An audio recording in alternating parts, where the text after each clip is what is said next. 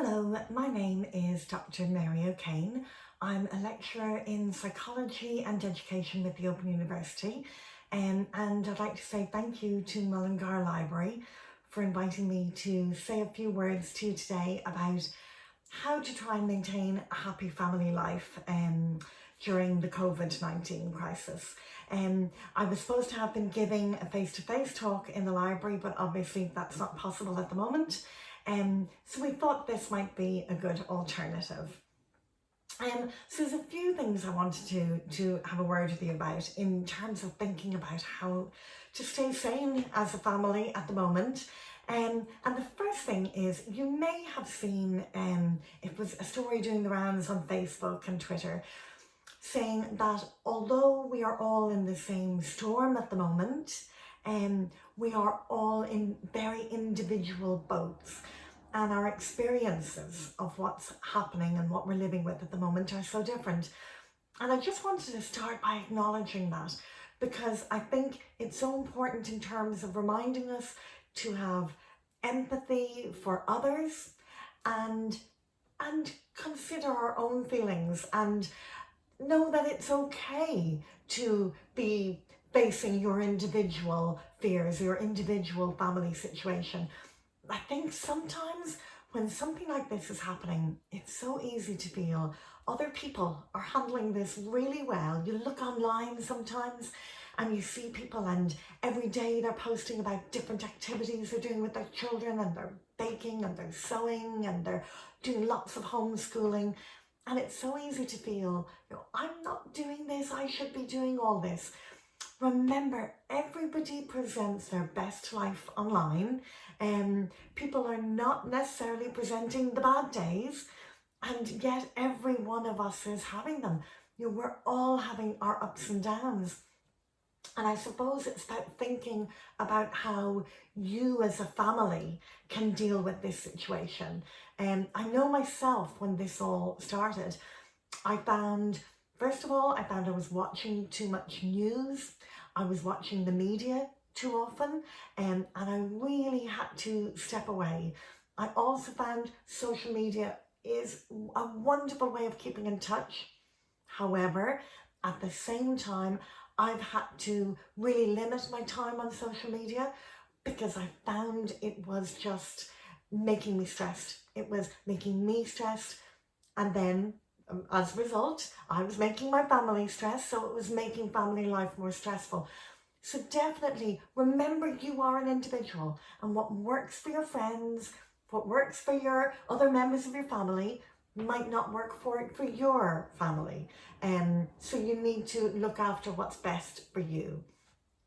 In psychology, we talk about a theory called attachment theory. It's a really important theory when we're considering how our children learn, how they grow, how they develop their relationships.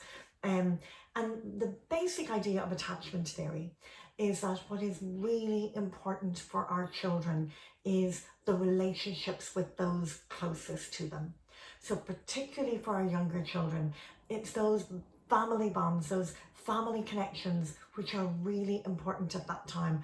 So although we might be worried about our children not having the same interactions with their school friends, keep in mind that they are with the people closest to them, and that our support means an awful lot during this time.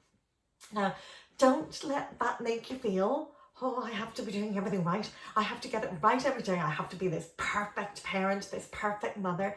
Definitely not. As well, linked to attachment theory, this wonderful man, a psychologist back in the 50s, Donald Winnicott is his name, and he coined the term good enough mothering, and we now talk about good enough parenting.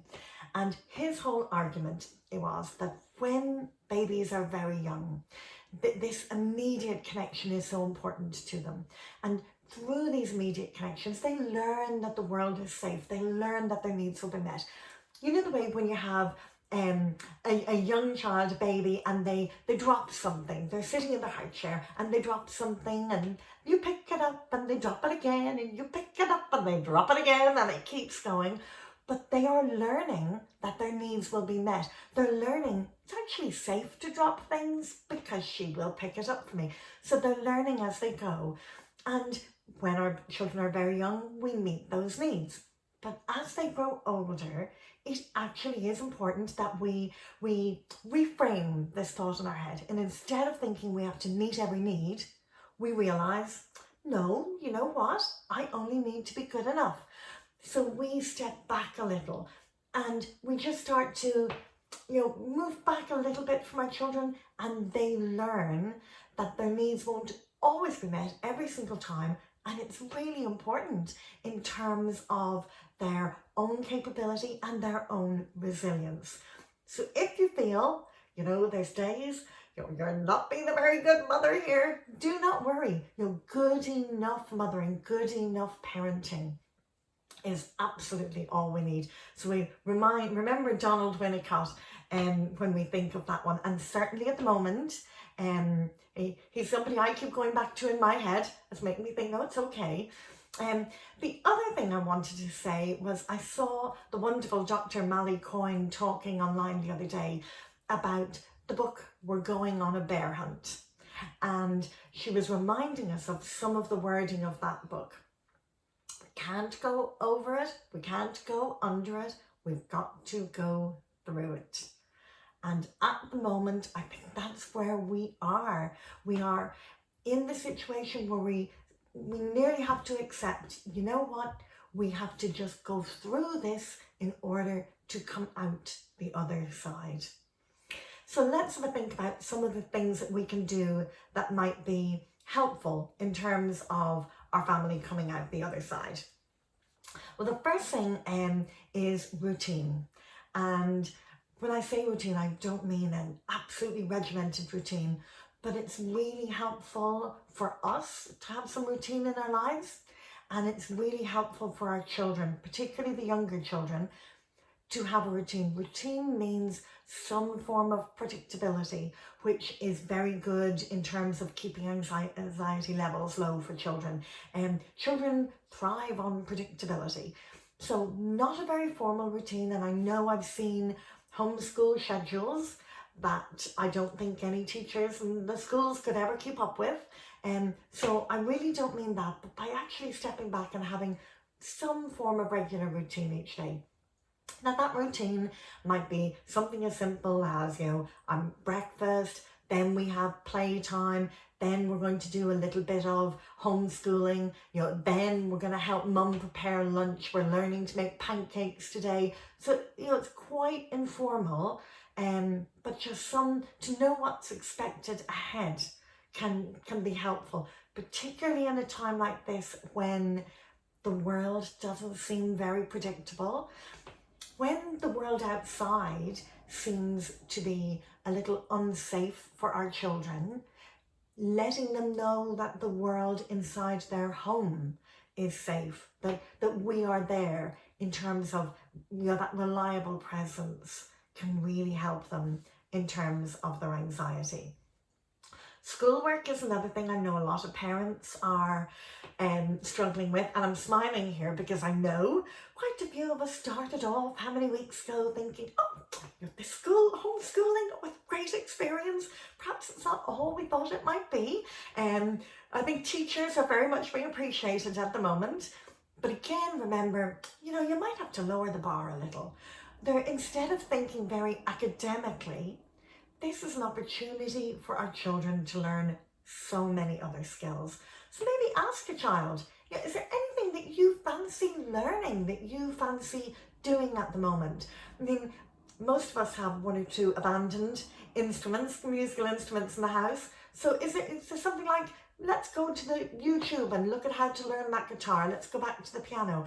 Would they like to learn something like how to play chess? Is there something that they would learn like coding? I know there's lots of mindfulness. Oh my gosh, in terms of something your child might do, mindfulness at the moment is a great one, and there's some fantastic classes on. Niall Breslin has some wonderful online mindfulness classes in the evening for children, which are wonderful. But talk to your child about what they might like to do. instead of thinking, okay, I'm going to make a list, we're going to do mindfulness, we're going to do whatever, make it a family discussion, make it a group discussion. What would do they fancy doing? But there is an opportunity here for them to learn different skills, life skills, very important life skills. Your younger children actually have the opportunity to learn things that perhaps we wouldn't have considered teaching them till maybe they were a little bit older. That, push them a little bit on the cooking, really encourage them to learn those life skills, and let go of the academic outcomes a little bit. Too much of a focus on academics at the moment is probably quite likely to bring more stress into your household. Remember, at the moment, if you can say to yourself, I'm actually going to forget the academic outcomes, what is really important is my child's physical health and their mental health and our well-being as a family. That is what is really important. You're accepting you're going to have good days and bad days, and that's fine. But overall, to think in terms of well-being rather than that school and academic outcome. The other thing that's really important is connection, and it's to stay connected as a family. And again, to try and think of fun things that you can do with each other, and accept that sometimes you might need a little bit of space from each other. I know I have teenagers in the house here, and much as we love each other, there have been days we just needed space from each other. And there's nothing wrong with that. This, as coming back to good enough mothering, just as we are trying to be good enough mothers, good enough parents, our children have to be allowed to just have bad days too, where they actually need downtime, a duvet day. Sometimes a duvet day is no harm in this.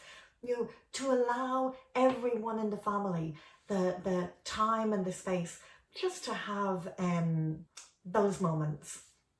In terms of connection as well, the other thing is to be aware of talking to them about their feelings. So again, just check in with them. Sometimes we watch, we observe, and we think we assume we know what they're feeling, but it's a good idea every so often to check in. How are you doing today? If you sense they're frustrated, they're getting angry, to actually say to them, I kind of, it looks to me like you might be a little bit worried, or you might be a little bit anxious today. I can see in the way you're interacting with your brother that, your temper is kind of getting high there. What's going on? How are you doing? And talk to them about it, and acknowledge that any feelings that they're having are fine, are absolutely fine. It's okay to feel angry at times at this situation. It's okay to feel frustrated. We cannot normalize this situation. There's nothing normal about it, but we can normalize those emotions. And yes, it's okay. It might not be okay to give your brother a thump because you're feeling frustrated, but that feeling is okay. It's about thinking how you would deal with that feeling. And again, coming back to things like those mindfulness classes online can be a great way of helping children to acknowledge what they're feeling and to deal with it in a healthy way. The other thing is to just remember to let them know that although this is difficult, that you see an end to it, you see a positive outcome. And part of that is remember why we're doing this. And sometimes we need to remember to say that to them. I know we're feeling frustrated. I know that we're all getting bored some days, we're getting fed up some days, but I also know that we are resilient, that we will cope with this. I also know that even though we get fed up being inside, we have wonderful technology to connect with our friends, with Granny. I also know this is temporary. I can't tell you the date this will end, but I do know it will end. So they need to know that you are hopeful, that you see an end to this. So I hope some of those tips have been helpful to you. As I said, come back to thinking at the end of the day that good enough mothering, good enough parenting is probably the core of it, and to maintain our family connections are absolutely huge. I'm posting more advice at the moment on a regular basis on my Facebook page, which is Dr. Mary O'Kane Early Years. So if you want to have a look on there for some more advice.